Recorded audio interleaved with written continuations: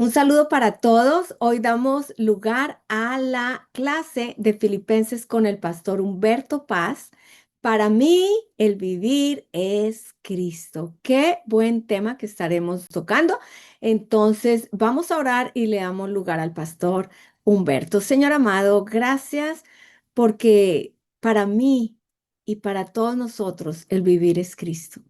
Y ayúdanos a través de esta clase a recordar cuál es la razón de nuestra vida y que podamos vivir todos los días de nuestra vida con los ojos puestos en el autor y consumador de nuestra fe. Gracias por el pastor Humberto, gracias por esta clase y gracias, Señor, por cada participante. Pido que tu palabra sea llenando cada uno de nuestros corazones y vivificándonos en tu espíritu. En el nombre de Jesús, amén. Bueno, pastor Arturo, adelante. Gracias a Dios llegó el día de Filipenses. Es un libro maravilloso, favorito, interesante y nada menos que con el pastor Humberto Paz, que seguramente nos va a dar una buena reseña y mucho testimonio acerca de cómo los principios que vivimos desde Filipenses los podemos vivir hoy. Gracias, pastora Marinés. Qué rico saludar a todos en comprensión de los tiempos. Que el Señor los bendiga en gran manera y adelante. Gracias y un placer estar con ustedes en esta noche o estos 3 días. El libro de Filipenses podemos estudiarlo y verlo desde varios ángulos. Sin embargo, hay algunas cosas que lo que encontramos que lo central del libro de Filipenses es Cristo Jesús. Y vamos a ver esto un poquito más en detalle. Pero para poder entender el libro de los Filipenses es bueno conocer el fondo histórico de la ciudad de Filipos, cómo se inició la iglesia y la condición espiritual de la población en ese tiempo y qué receptividad y qué fue lo que motivó la receptividad de la gente al mensaje del Evangelio.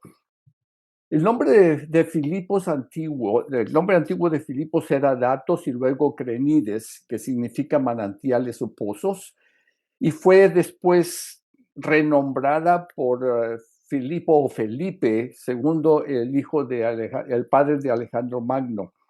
Era famosa por sus tierras fértiles y por sus minas de oro, pero más que todo era porque era una puerta de peaje entre Asia y Europa. Ahora, los habitantes de Filipo eran una mezcla, eran italianos, había un gran número de italianos o de romanos. Después de que Roma conquistó Macedonia, militarmente conquistó Macedonia o Grecia, pero, y eran soldados veteranos los que estaban ahí, pero vivían en armonía con un grupo de macedonios que eran los habitantes nativos de ese lugar, pero su estructura social era más como una Roma en miniatura, eran muy apegados a las costumbres, la política, la estructura social. De hecho, que los mismos habitantes de Filipos se llamaban a sí mismos romanos. En Hechos capítulo 16, verso 21 encontramos esto. Ahora, la carta fue escrita alrededor de 30 años después de la ascensión de Cristo y 10 años después de que Pablo predicó en la ciudad por primera vez. La condición espiritual de Filipos era que había una decadencia de las viejas religiones que habían perdido la influencia sobre la población. Las religiones no tenían ya una influencia sobre la población, no había un interés sobre Dios, sobre la religión. Y las filosofías, acordémonos de que Grecia era famosa o es famosa por sus filosofías, sus filósofos, pero las filosofías estaban desgastadas también. La política debilitada porque Roma era muy déspota con las colonias que establecía y había entonces no había gran fe, no había mucha bondad, pero había una pregunta que le hacían en desesperación cuando veían los fracasos o la decadencia de la religión, la filosofía. Y como filósofos que eran famosos en Grecia, la pregunta que ellos estaban haciendo es, bueno, ¿qué es la verdad? ¿Cuál es la verdad? Y la verdad llegó en la predicación. La respuesta vino en el Evangelio, en una persona que es Jesucristo. Vivió una vida perfecta, una vida pura, una vida diferente a cualquier otra vida, en pureza, en amor, en esperanza y sobre todo una vida desinteresada. Y el mundo vio por primera vez y escuchó por primera vez y el Espíritu Santo dio testimonio a esa población acerca de la belleza del autosacrificio de Cristo Jesús. Y esto fue algo que vino, que no es algo que vino y se fue, pero es algo que ha permanecido aún hasta la fecha en nuestras propias vidas. Nosotros somos testigos de esto, porque hemos visto la vida de Jesucristo y su vida desinteresada. Entonces, pero vino como una persona, no como una filosofía, no como una religión, vino como una persona que nos modeló el tipo de vida que hemos de vivir y eso era extraño, eso era nuevo para las poblaciones en aquel tiempo y por eso hubo tal aceptación de el mensaje del Evangelio que vino a responder esa pregunta, ¿qué es la verdad? Vivimos en época similar. Hoy día, en este mundo está lleno de confusión en lo cultural, en lo político, en la filosofía de la vida. Hay confusión religiosa, hay muchas cosas que se hablan y mucha gente está confundida. Y esta es una oportunidad para que el mundo vea en la iglesia no una religión, pero que vean la persona de Jesús en cada creyente, una vida de pureza, amor, esperanza, una vida también desinteresada de parte de la iglesia y una vida sin egoísmo y que la vida de Cristo entonces sea reflejada y sea vivida a través de la iglesia. Las razones por las cuales Pablo escribe esta carta, bueno, hay varias razones, pero las que más resaltan son el agradecimiento por la generosidad de la iglesia hacia Pablo. Encontramos en la misma epístola, encontramos en el libro de los Hechos, que la iglesia de los filipenses era una de las pocas iglesias que constantemente ayudaba a Pablo en sus necesidades. Y había una cercanía entre ellos, había una relación íntima entre ellos por un amor recíproco que existía entre ellos. La carta es para animarlos en su fe, para alentarlos en su fe, para exhortarles a que sigan fieles al Evangelio.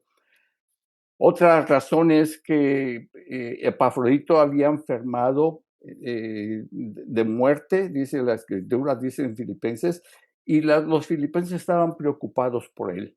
Y Pablo le dice, se ha recuperado de esta grave enfermedad. Y el otro aspecto, otra razón es alentarlos a vivir en amor y unidad, que se logra solamente a través de la vida de Cristo, a través de cada creyente. Y encontramos 4 énfasis en Filipenses. Dijimos que el centro, el mensaje central es Cristo. Cristo es nuestra vida. Filipenses 1:21, para mí el vivir es Cristo y el morir es ganancia. En el capítulo 2 tenemos que tener la mente de Cristo, es lo que Pablo nos anima y nos alienta. Haya pues en vosotros este mismo sentir, esta misma forma de pensar, esta misma forma de actuar, de vivir que hubo en Cristo Jesús. Capítulo 3 es el constante y creciente deseo de Pablo de conocer a Cristo, profundamente. Y el cuarto énfasis que encontramos en el capítulo 4 es: Cristo es nuestra fortaleza. Todo lo puedo en Cristo que me fortalece. Entonces tenemos estos énfasis en la epístola. Ahora, si consideramos todo lo que Pablo escribe a los filipenses, encontramos que las instrucciones y ejemplos que Pablo les da para vivir, para caminar, para actuar de la misma forma en que Cristo caminó y vivió cuando estuvo en esta tierra. Es el mensaje que Pablo da a casi todas las iglesias, sino a todas las iglesias, aunque con diferentes palabras, pero es el mismo mensaje. Cristo es el centro de todo esto. A los Gálatas, bueno, en Filipenses expande un poquito más de lo que le escribe a los Gálatas en el capítulo 2, versículo 20, cuando dice: con Cristo estoy juntamente crucificado, ya no vivo yo, mas Cristo vive en mí. Para mí el vivir es Cristo. Y lo que ahora vivo en la carne, lo vivo en la fe del Hijo de Dios, el cual me amó y se entregó a sí mismo por mí. No desecho la gracia de Dios, pues si fuera por la ley, la justicia, entonces por demás murió Cristo. Y lo que encontramos es cuando hacemos la decisión de que nosotros queremos vivir para Cristo, o que el vivir para nosotros es Cristo, estamos diciendo: Señor, continúa la obra en mi vida.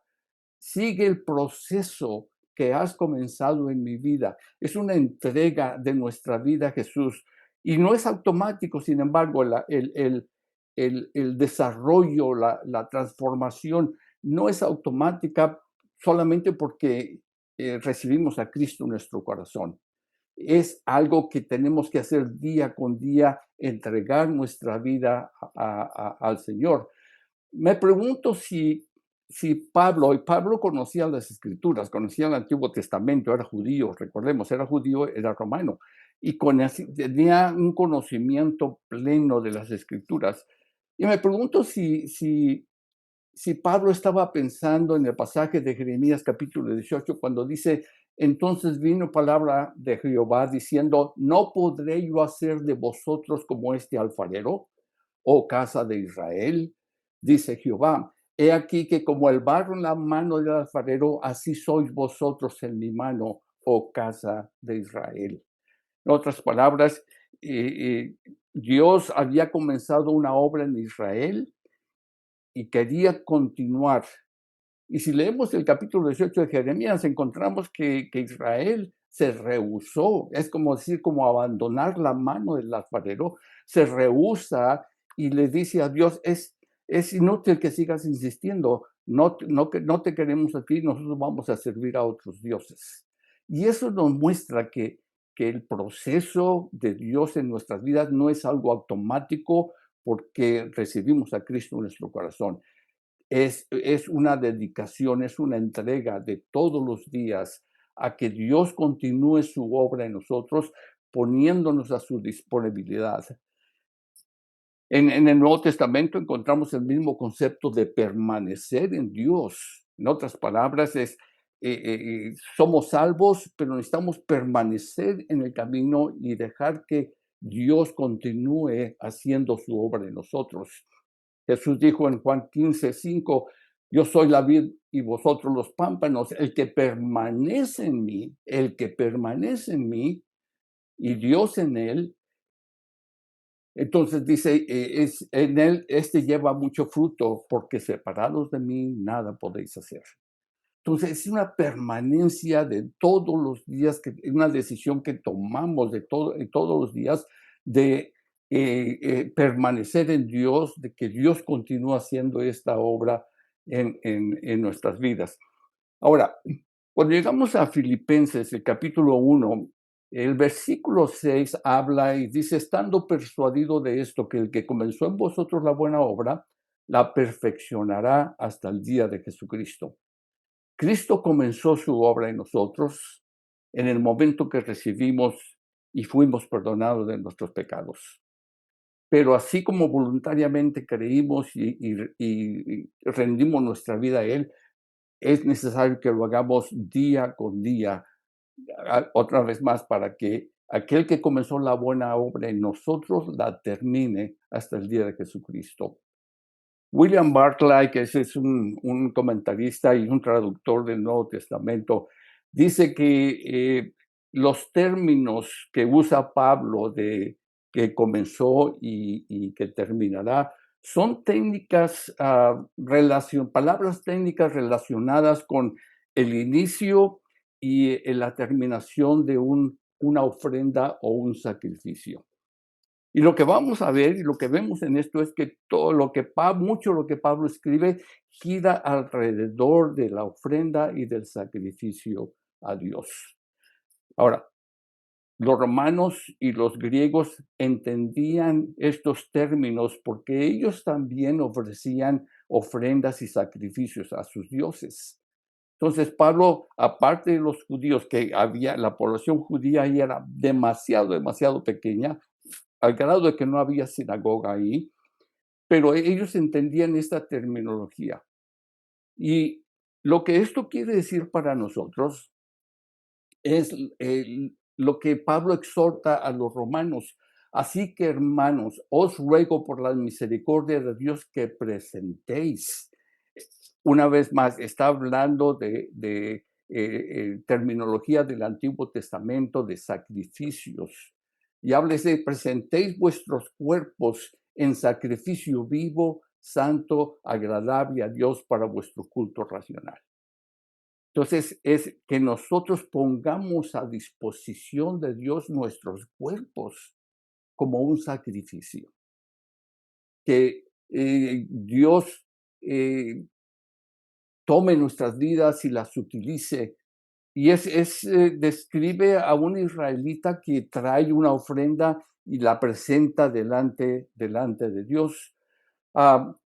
En Lucas capítulo 2, versículo 22, usa la misma expresión cuando Jesús nace y es traído al templo, dice, para ser presentado al Señor. José y María sabían el propósito para el cual Cristo había venido. Y cuando lo llevan al templo es una ofrenda al Padre. Dice, Señor, para este propósito enviaste a tu Hijo. Aquí está, te lo entregamos. Y con respecto a esto, volvemos a lo mismo. No es algo que sucede automático. Cuando Pablo escribe a los Gálatas en el capítulo 3, Pablo usa la misma terminología de comenzar y de acabar o de terminar. Dice, tan necios sois, habiendo comenzado en el Espíritu, habiendo comenzado a ofrecer el sacrificio, ahora vas a acabar en la carne. O sea, no vas a terminar la ofrenda, el sacrificio de tu vida a Dios para que Dios continúe su obra en ti. Cuando podemos decir nosotros, para mí el vivir es Cristo, es cuando entregamos la vida, entregamos todo nuestro ser a Dios y dejamos que Él continúe haciendo la obra. Ahora, ¿cómo nos damos cuenta de que estamos en ese proceso? Y Pablo nos da varias indicaciones en el capítulo 1. Pablo comienza y dice, en el versículo 8, porque Dios me es testigo cómo os amo a todos vosotros con el entrañable amor de Jesucristo. Y estas no son palabras que simplemente suenan bonito o que son expresiones clichés o que las estaba diciendo para impresionar a los filipenses. Pablo estaba hablando del corazón, de ese amor entrañable. Y dice en el principio, Dios me es testigo. No estoy hablando por hablar, no estoy diciendo las cosas para impresionarlos, no estoy diciendo esto solamente para estar en buena gracia con ustedes, pero Dios me es testigo del amor entrañable de Cristo que tengo para con vosotros. Cuando habla Pablo del amor entrañable, está diciendo desde lo más profundo de nuestro corazón. Y esto comienza, hermanos, el amor entrañable comienza y todo lo demás comienza con nuestra unidad en Cristo, no una unidad posicional. Somos hijos de Dios, pero muchas veces no caminamos como hijos de Dios. Posicionalmente somos hijos de Dios.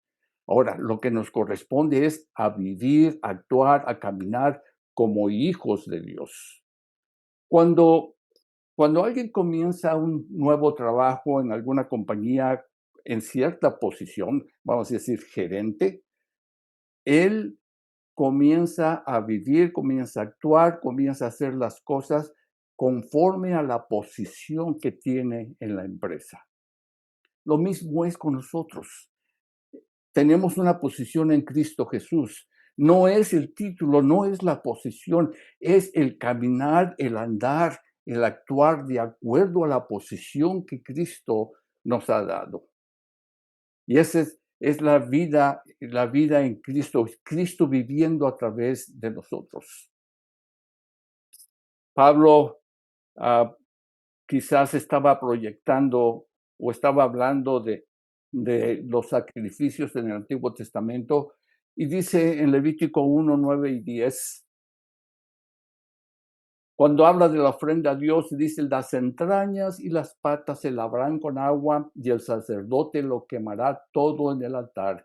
Es un holocausto, una ofrenda puesta al fuego cuyo aroma es grato al Señor.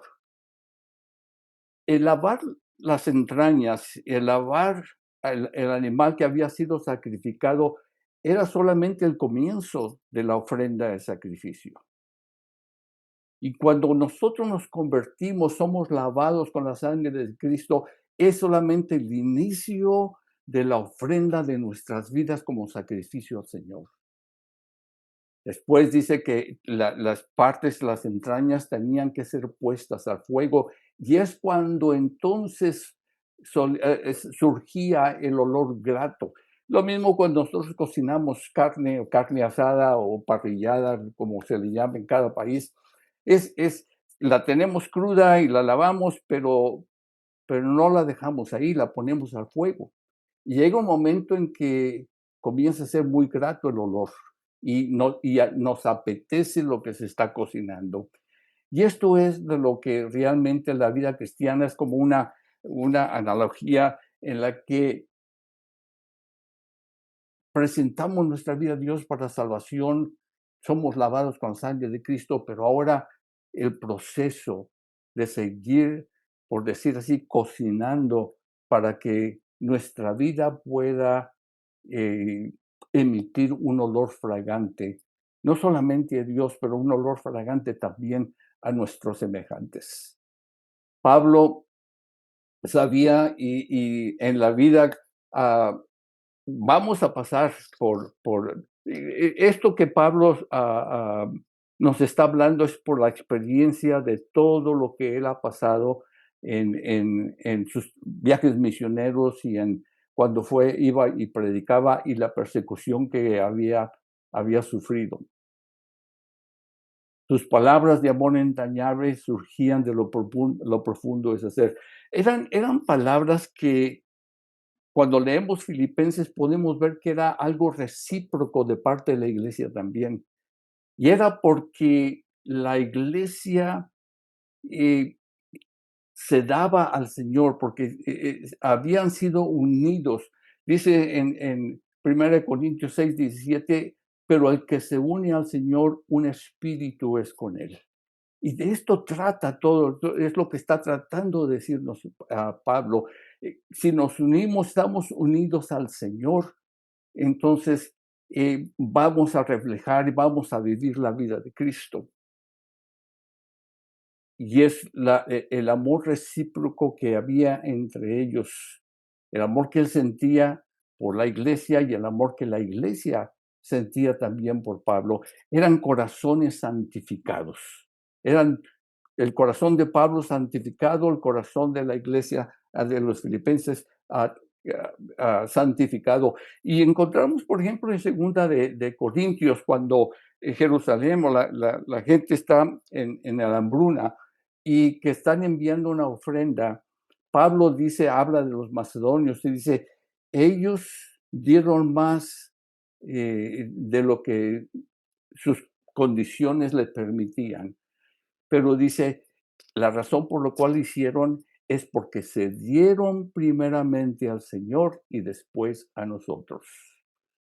Se unieron al Señor y vinieron a ser un espíritu con Él para llevar a cabo y para hacer lo que Dios les estaba indicando. Efesios capítulo 5, verso 1 dice, sed pues imitadores de Dios como hijos amados, y andad en amor también como Cristo nos amó y se entregó a sí mismo por nosotros, ofrenda y sacrificio en olor fragante. Veamos que con muchas ocasiones en varias de las cartas Pablo habla en términos de los sacrificios, en términos del Nuevo Testamento. Y esta clase de amor, hermanos, ese amor entrañable solamente se logra cuando estamos unidos con Cristo. La unidad no existe si nosotros no estamos unidos en Cristo. Si nosotros no estamos sumergidos en la vida de Cristo o Cristo en nuestra vida. La unidad no viene porque tenemos un proyecto de proconstrucción, no tenemos unidad porque tenemos un tipo de proyecto de que vamos a salir a evangelizar o que vamos a hacer algo. La unidad viene por Cristo Jesús en nuestras vidas, santificando nuestros corazones. Y Pablo, una vez más, lo dice, Dios me es testigo de cuánto os amo. Y esto no sucede, el amor y la unidad no suceden porque escuchamos un mensaje sobre unidad. Esto no va a suceder simplemente porque estamos hablando de ello aquí, pero sucede cuando Cristo es nuestra vida, cuando para nosotros el vivir es Cristo. A los Gálatas les dice, sufro dolores de parto hasta que Cristo sea formado en vosotros. Todo el mensaje de Pablo hacia las iglesias es Cristo, Cristo formado en vosotros, la vida de Cristo en cada creyente para mostrar al mundo lo que Cristo es y el amor de Cristo para con todos.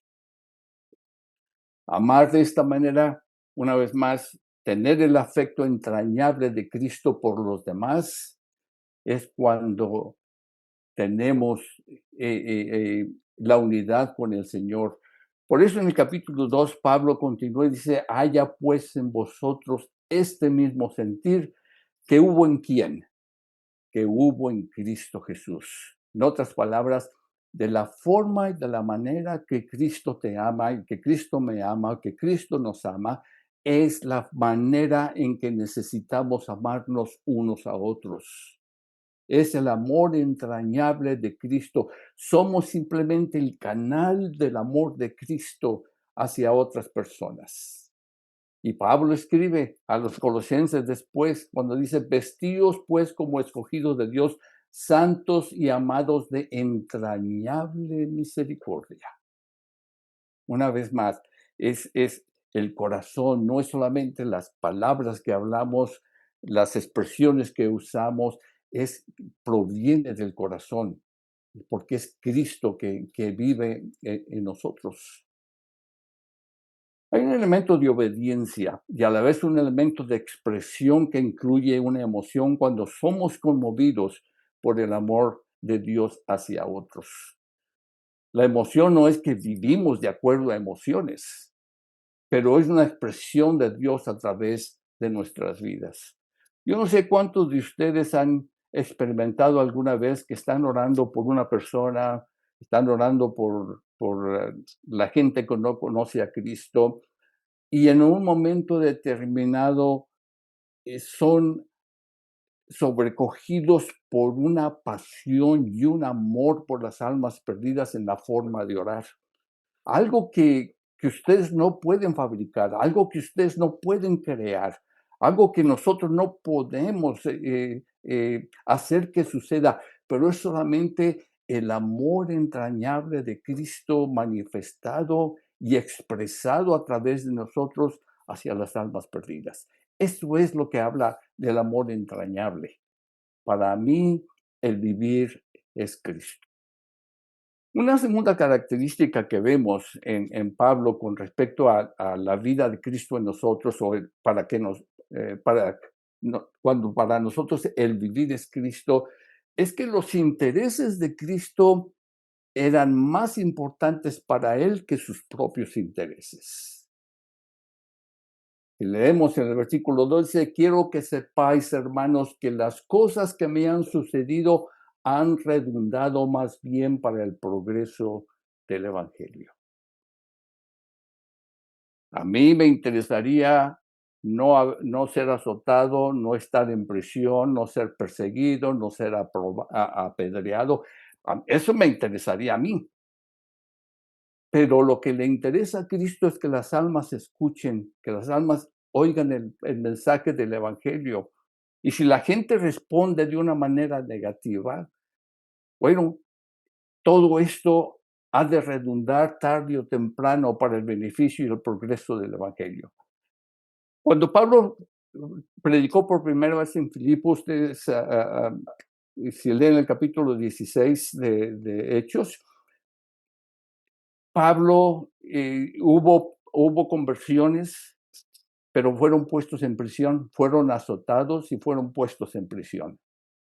Sin embargo, dice que a medianoche Pablo y Silas, estando en la prisión, estando encadenados, comenzaron a cantar himnos, a adorar, a alabar a Dios y a cantar himnos. Y conocemos la historia, lo que sucedió. El carcelero y toda su familia se convierte. Y esto es lo que Pablo está diciendo: lo que me ha sucedido a mí, los sufrimientos, todo lo que me pasa, ha redundado para el progreso del Evangelio. Y es algo en que nosotros necesitamos pensar y meditar si los intereses de Cristo son más importantes para mí que mis propios intereses. Y esta es una de las características que Pablo nos muestra en decir: con Cristo estoy juntamente crucificado. Y para decir aquí en este capítulo: para mí el vivir es Cristo. Para mí el vivir es vivir por los intereses de Jesús. No mis intereses, pero los intereses. Quiero que sepáis que las cosas que me han sucedido han redundado para el progreso del Evangelio. ¿Cómo? Bueno, el progreso del Evangelio, en lo que le sucedió a Pablo, fue el inicio de la iglesia en Filipos. Fue la conversión de Lidia, la que vendía púrpura. Fue la conversión del carcelero. Todo lo que Pablo sufrió en esa ciudad redundó para el beneficio del Evangelio, porque ahí se inició una iglesia, y una muy buena iglesia que se inició.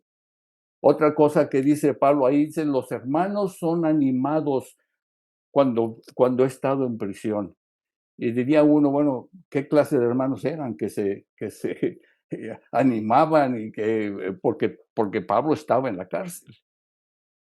Pero la razón del ánimo es, dice, se atrevían mucho más a hablar la palabra sin temor. Lo que le sucedía a Pablo les daba ánimo para hablar la palabra. En otras palabras, consideraban que valía la pena sufrir por Cristo. Vale la pena hablar con denuedo, y aunque pase lo que pase y que nos hagan lo que nos hagan, vale la pena porque Cristo es de mucho más valor que cualquier cosa de este mundo. Ellos entendían lo que significaba sufrir por Cristo. Y no solamente Pablo tenía los intereses de Cristo como prioridad, la iglesia comenzó a hacer lo mismo. La iglesia comenzó a tener los intereses de Cristo como prioridad y después sus propios intereses. Pablo y Silas una vez más se regocijan. Y luego había aquellos que predicaban por contienda, predicaban acusando a Pablo de ser un falso maestro, de que él no estaba predicando la verdad. Y Pablo le dice en el versículo 18, que pues que no obstante de todas maneras o por pretexto o por verdad, Cristo es anunciado y en esto me gozo y me gozaré aún. En otras palabras, no me importa lo que otros me critiquen y me juzguen y digan que soy falso o que estoy enseñando falsedades. Sé que estoy enseñando la verdad, pero en todo esto Cristo es anunciado y eso es lo que me gozo. Entonces Pablo no tenía su interés de tener un buen nombre, una buena reputación o que la gente dijera, Pablo, qué buen predicador es o qué buen maestro es o Pablo es aceptado por todo el mundo. No, Pablo dice, eso no es lo que me interesa. Lo que me interesa es que Cristo sea glorificado y que Cristo sea, sus intereses sean los que están como prioridad de todos nosotros. En Hechos capítulo 4, verso 31, tenemos otro caso cuando se les prohíbe que hablen en el nombre de Jesús y los cristianos estaban en oración y en temor. Y dice que cuando estaban en oración el lugar tembló y el Espíritu Santo vino sobre ellos, dice, y entonces hablaron la palabra con denuedo. Los intereses de Cristo, a pesar de las amenazas, a pesar de la persecución, el interés de Cristo es que su nombre fuese predicado y es lo que la iglesia primitiva hizo. Que Dios nos ayude a que nosotros pongamos los intereses de Cristo antes que nuestros propios intereses. Y eso es una vida de renunciación a nosotros mismos. Es una vida de negación a nosotros mismos. Jesús mismo lo dijo, que si queremos seguirle, niéguese a sí mismo, tome su cruz y sígame.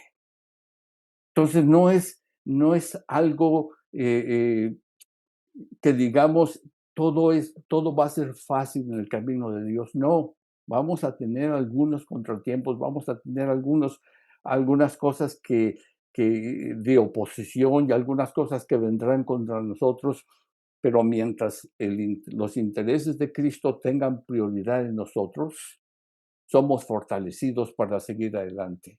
Y vamos a tener adversidades, vamos a tener problemas en esta vida, algunos causados por nosotros mismos, otros por causa del Evangelio, pero cualquiera que sea la razón, que nuestra vida pueda reflejar que los intereses de Cristo son más importantes para nosotros que los intereses nuestros, ¿no?, o propios.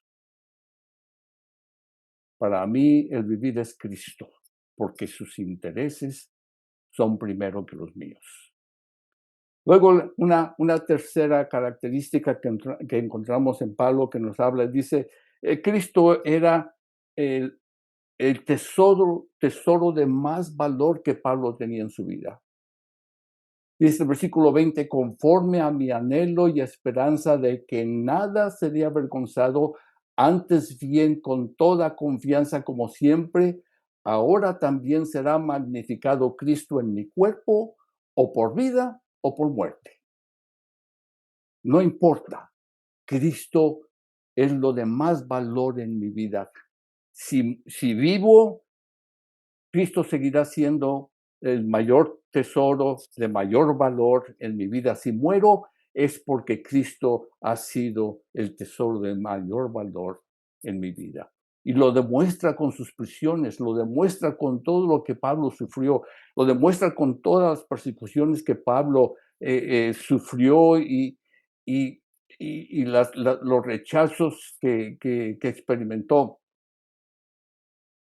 Si morimos, lo dice en Romanos 14, nadie vive para sí ni muere para sí. Si vivimos, para Dios vivimos. Si morimos, para Dios morimos. Sea que vivamos o muramos, del Señor somos. Y esto, la vida cristiana, hermano, nos llama a una vida de sacrificio y a una vida de aún exponer nuestra vida por el nombre de Jesucristo. Y lo que Pablo más anhela y lo que Pablo enfatiza no es que Pablo va a ser un hombre grande, pero dice, Cristo será magnificado en mi cuerpo, en vida o en muerte. Porque los intereses de Cristo se van a reflejar en mi vida y porque los intereses de Cristo es lo más importante para mí que mis propios intereses. Por eso habla también después en el capítulo 3, dice, pero cuantas cosas eran para mi ganancia, las he estimado como pérdida por amor de Cristo. Pablo estaba dispuesto a perder todo. Y vamos a hablar en el capítulo 3, vamos a hablar acerca de lo que Pablo habla, de lo que está perdiendo en ese capítulo 3. Pero muchos a veces nos preocupamos sobre y pensamos, no si en Cristo es glorificado cuando estamos vivos o muertos, o en qué dirá la gente de mí, o que dirán cosas buenas de mí después de que yo esté muerto. Lo importante, la pregunta debe ser, ¿está siendo Cristo glorificado en mí ahora? Mientras tengo vida, ¿está Cristo siendo glorificado en mí? Y cuando muera, esperamos que la gente pueda decir, Cristo fue glorificado en su vida. Y más que eso, que Cristo nos diga, bien, buen siervo, en lo poco has sido fiel, en lo mucho te pondré.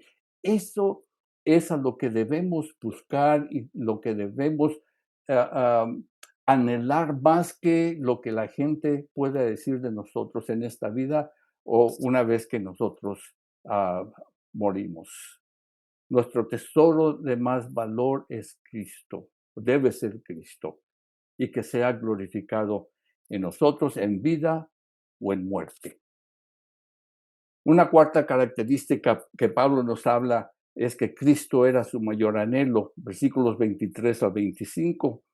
Porque de ambas cosas estoy puesto en estrecho, teniendo deseo de partir y estar con Cristo, lo cual es muchísimo mejor. Ese es mi anhelo, estaba diciendo Pablo, es el estar con Cristo, Él es estar cara a cara, estar en su presencia.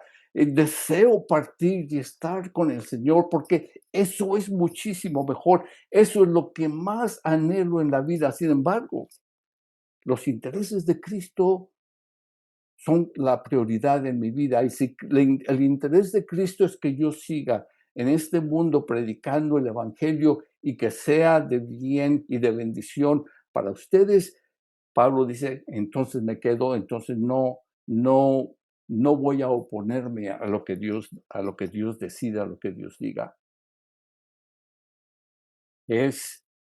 Todo esto encaja en para mí el vivir es Cristo, es tener el amor entrañable de Cristo por los demás, es el de tener los intereses de Cristo como prioridad, es el que Cristo sea el tesoro de mayor valor para nuestras vidas y que sea nuestro anhelo, nuestro mayor anhelo, dispuesto a crecer en el conocimiento de Cristo, sin importar cualquier clase de sufrimiento.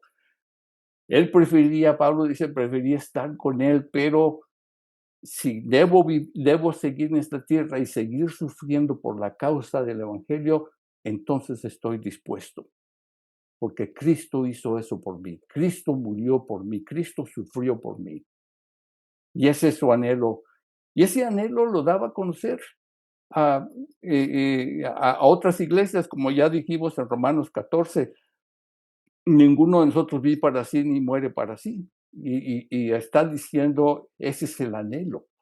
A los Corintios en segunda epístola, capítulo 5, versículos 1 al 10, dice, porque sabemos que si nuestra morada terrestre, este tabernáculo se deshiciere, tenemos de Dios un edificio, una casa no hecha de manos, una casa no hecha de manos, pero eterna en los cielos.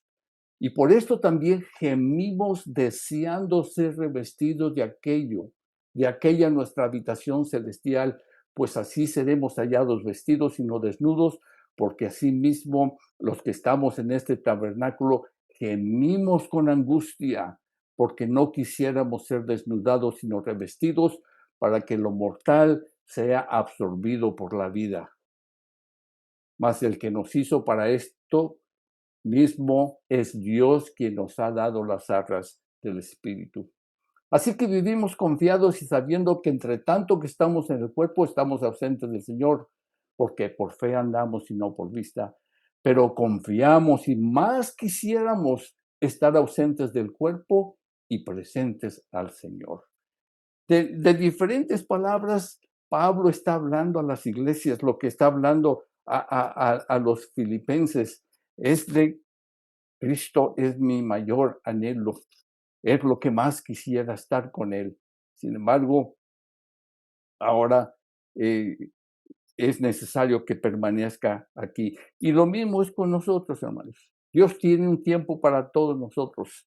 Mientras estemos en esta vida, vivamos como ese es el interés de Cristo para nuestras vidas, que estemos aquí por algún propósito que Él tiene para nosotros. Y tenemos después otra característica que Pablo está hablando. Cuando tenemos todas estas características, vamos a vivir y esto va a afectar nuestra conducta. Comportaos, solamente que os comportéis como es digno del Evangelio de Cristo para que sea que vaya a veros o que esté ausente, oiga de vosotros que estáis firmes en el mismo espíritu, combatiendo unánimes por la fe del Evangelio. Y Pablo está haciendo referencia a la persecución que había. Ellos también, la iglesia de Filipos pasaba por persecución. Pero la palabra comportéis para los romanos, que era una gran población y que había en la iglesia también, el compartir significaba el ser un buen ciudadano de Roma. Eso es lo que ellos entendían. Compórtense, sean buenos ciudadanos de Roma. Amen, defiendan, sean leales y nunca renuncien a su nación. Pero Pablo lo pone en el contexto ahora en cuanto a ser ciudadanos del cielo. Y más tarde habla acerca de esto. Y la palabra es que Pablo está diciendo a los creyentes, compórtense como buenos ciudadanos del reino de Dios, como buenos ciudadanos del cielo. Compórtense, actúen, vivan, hablen de acuerdo a la ciudadanía del cielo que Dios les ha dado. Y nos deja ejemplo una vez más cuando las palabras que Pablo habla a los Gálatas, con Cristo estoy juntamente crucificado, ya no vivo yo, mas Cristo vive en mí. La vida que ahora vivo en el cuerpo, la vivo en la fe del Hijo de Dios, el cual me amó y se entregó por mí. Ahora, esta clase de conducta puede despertar actitudes buenas o actitudes negativas, como sucedió en la iglesia primitiva. Hubo aquellos que aceptaron el Evangelio, hubo aquellos que recibieron, pero hubo aquellos que esto despertó una actitud negativa y eso fue el por qué las persecuciones fueron sobre la iglesia. Entonces, capítulo 1 nos da una entrada o nos da unos principios muy importantes con respecto a nuestra vida en Cristo. El vivir para nosotros el vivir es Cristo. Ahora, ¿cómo podemos aplicar esto a nuestras vidas? Uno es hacer de Cristo el centro de nuestra vida día con día. ¿Qué si antes de tomar decisiones nos hacemos la pregunta, esta decisión que voy a tomar refleja que para mí el vivir es Cristo? ¿O simplemente es una decisión en la cual pongo mis propios intereses primero y no los intereses de Cristo? Orando en que cada día Cristo sea glorificado en nuestras palabras, en nuestras acciones y en nuestras actitudes. Que nuestra conducta sea digna del Evangelio, ya sea en el trabajo, en la iglesia, en el hogar, con las amistades, en la escuela. y que promovamos la unidad entre los creyentes luchando juntos por la fe. No el, el combatirnos unos a otros, pero combatiendo juntos contra el enemigo y luchando por la fe. Y cuando vivimos de esta manera necesitamos estar preparados para enfrentar actitudes buenas y enfrentar actitudes negativas. Recordemos que es un honor sufrir por Cristo. Y en esos momentos es cuando nuestra fe crece, en esos momentos es cuando nuestro sacrificio está siendo procesado como un olor grato al Señor. Pero Cristo debe ser el centro en toda nuestra vida. Y de esto es de lo que Pablo nos está hablando.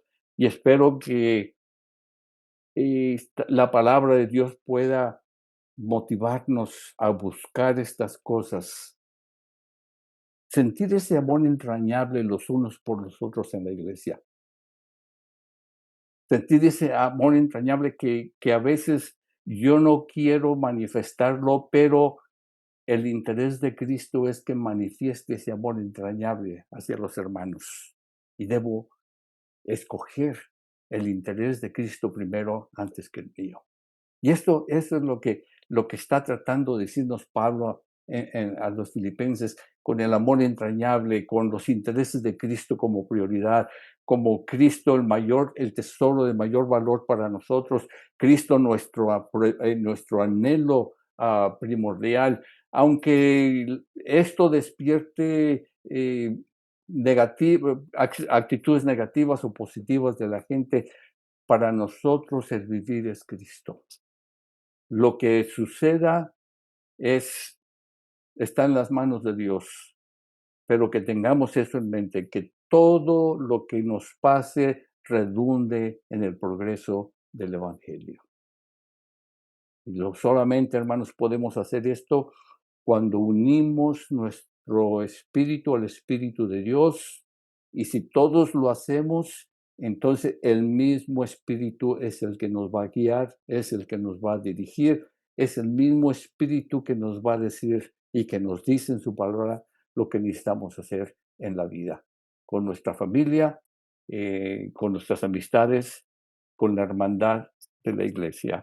Así es que Dios les bendiga y esperamos que Dios continúe hablando a nuestro corazón y que vivificar su palabra a través de su espíritu. Muy bien, muy bien. Muchísimas gracias. Qué buen tema. Y una de las cosas que me llama mucho la atención es cuando tú dijiste que reflejamos, que estamos reflejando a Jesús en la toma de decisiones, en lo que hablamos, en cómo reaccionamos.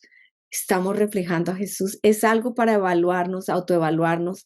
Y no es fácil, no es fácil porque siempre estamos batallando con esa naturaleza que quiere pelea, pero ¿a quién reflejo? ¿Cómo reacciono? ¿Cómo hablo? ¿Cómo tomo decisiones? Para mí, el vivir es Cristo. Pastor Humberto, muchas gracias por esta exposición. ¿Qué significa específicamente el sentir de Cristo en Filipenses 2:5? No sé si lo vas a mencionar más adelante o quieres ya empezar a comentar acerca de esto. Sí, lo vamos a mencionar más adelante en la próxima clase, pero el sentir de Cristo ahí es tener la mente de Cristo, es tener los intereses de Cristo. Y eso es lo que cuando Pablo en el capítulo 2 habla, dice, estén de acuerdo en todo, no está hablando de que tenemos que ser uniformes, estar de acuerdo en todo lo que está en la mente de Cristo, no en la forma de pensar, pero lo que está en la mente de Cristo. ¿Qué es lo que está en la mente de Cristo? Es el humillarnos, es el amarnos, es el perdonarnos, es todo eso de que la palabra de Dios misma nos habla y nos dice cuál es el sentir de Cristo.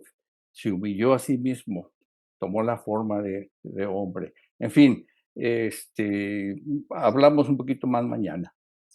Claro que Mm. sí, yo sí creo que vamos a esperar esa sesión donde profundizaremos todos esos capítulos, la kenosis, todo el tema de Jesús, que es el modelo, pero tan diferente. Y bueno, me gustó mucho cuando comenzaste esta sesión diciendo que los griegos se preguntaban muchísimo qué es la verdad y ahí encontraron que en Jesús estaban todas las respuestas. Yo también creo que este mundo tiene muchas preguntas y muy Ujú. válidas y es en Jesús que pueden encontrar una respuesta verdaderamente satisfactoria y profunda. Solo que a veces como creyentes como que nos tratamos de alejar de esas preguntas, no sé por qué razón como que tememos o nos sentimos un poco incómodos con las preguntas de este mundo que finalmente llevan a Jesús. ¿Qué podrías ayudarnos a profundizar un poquito más acá? Sí, a veces, como dices tú, huimos de esas preguntas, pero si pedimos a Dios su guianza y dice, Señor, ¿cuál es tu interés con respecto a estas personas que me hacen esta pregunta? ¿Cuál es? Y una de las cosas que podemos hacer más es orar por un amor entrañable. En otras palabras, el amor entrañable es, se, se, se, se hace ver por las otras personas. El amor entrañable no lo podemos hacer un amor falso, un amor solamente de palabras. Por eso eh, hablamos para mí el vivir es Cristo. Entonces, que todo esto, todo lo que pertenece a Cristo esté en mi vida. Am, es, eh, Es simplemente el amor de Cristo, el poder de Cristo a través de la iglesia. Dios tiene la prioridad, la prerrogativa de mostrarse y revelarse directamente a una persona, pero el amor de Dios va a ser manifestado a través de la iglesia. La gente va a conocer a Cristo porque nuestra vida refleja la vida de Cristo. Es como en Filipos, la gente que escuchó el mensaje, no solamente escuchó el mensaje de Cristo, pero vieron en Pablo ese amor entrañable, vieron en Pablo el ejemplo de que un hombre dispuesto a sufrir por alguien que vivió hace unos 20 o 30 años, sin embargo, que se sacrificó. Entonces, ¿por qué Pablo estaba dispuesto a pasar todas estas cosas por un hombre, por alguien? Y no era un hombre cualquiera, era el Hijo de Dios y lo demostró. Fue una vida desinteresada. Cristo no se preocupó por los suyos, se preocupó por complacer al Padre y por llevar a cabo la obra que nos beneficiara a nosotros. Wow, sí, gracias, tremendo. Y sí, más que definir el entrañable amor de Cristo, es como que se aprecia, ¿no? Se ve. Ujú, Allá en Antioquía, por eso los llamaban cristianos, pequeños cristos. Podían ver a ujú. Jesús en la manera como se conducían. Es muy, muy bueno. Y me gusta esa parte cuando Pablo dice, Dios es testigo de que los amo con el entrañable amor de Cristo. O sea, porque él iba al trono, los llevaba, oraba por ellos. Bueno, Ujú. Dios podía ser su testigo. ¿Cuántos podemos Sí, decir, Dios es mi sí, testigo de que yo amo? sí. Porque conoce mi corazón y porque voy al trono y llevo a estas personas continuamente. Qué interesante. Y una de las cosas que Jesús dijo es, en esto conocerán el mundo o la gente es que sois mis discípulos en que tenéis amor los unos para con los otros. Un amor no fingido, como dice Pablo en una de las Ajá. epístolas pastorales. Sí, buenísimo. Bueno, anhelante y expectante ya para mañana la segunda sesión. No siendo más, muchísimas gracias, gracias, Pastor Arturo y Pastor Humberto. Seguimos adelante esperando la próxima clase y amén, amén. Esperamos la próxima clase y solamente queremos recordarles, suscríbase a YouTube si no se ha suscrito a nuestro canal. Póngale me gusta a las clases, compártala con otras y esa es la forma en que usted puede cooperar con comprensión de los tiempos para llevar cada enseñanza hasta lo último de la tierra, para llevar cada enseñanza hasta lo último de la tierra. Entonces, es fácil hacerlo, pero usted hace algo muy poderoso y que potencializa estas enseñanzas a través de toda la tierra. Entonces, gracias por esto. También gracias a todos los que dan sus donaciones a comprensión. Y también, y recuerde que puede ir a nuestra página web, hacer sus donaciones allí. Y recuerde que estamos trabajando duro para propagar la tierra con sana doctrina y más cuando vemos que aquel día se acerca. Que el Señor les bendiga.